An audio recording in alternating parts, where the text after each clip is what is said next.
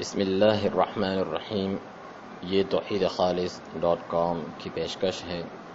رمضان کا مسنون اعتکاف کب کرنا چاہیے؟ سیدنا ابو سعید الخدری رضی اللہ عنہ سے روایت ہے کہ رسول اللہ صلی اللہ علیہ وسلم نے فرمایا: انی اعتکفت العشر الاول التمس هذه الليلة ثم اعتکفت العشر الاوسط ثم أوتيت فقيل لي إنها في العشر الأواخر فمن أحب منكم أن يعتكف فليعتكف۔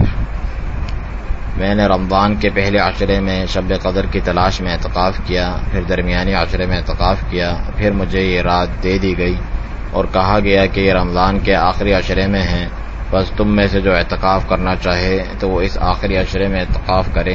یہ صحیح مسلم کی روایت ہے۔ سیدہ عائشہ رضی اللہ عنہا سے روایت ہے، وہ فرماتی ہیں کہ ان النبی صلی اللہ علیہ وسلم كان يعتكف العشر الاواخر من رمضان حتى توفاه اللہ۔ بے شک نبی کریم صلی اللہ علیہ وسلم رمضان کے آخری عشرے کا ہی اعتکاف فرمایا کرتے تھے یہاں تک کہ اللہ تعالی نے انہیں وفات دی۔ یہ صحیح بخاری اور مسلم کی روایت ہے۔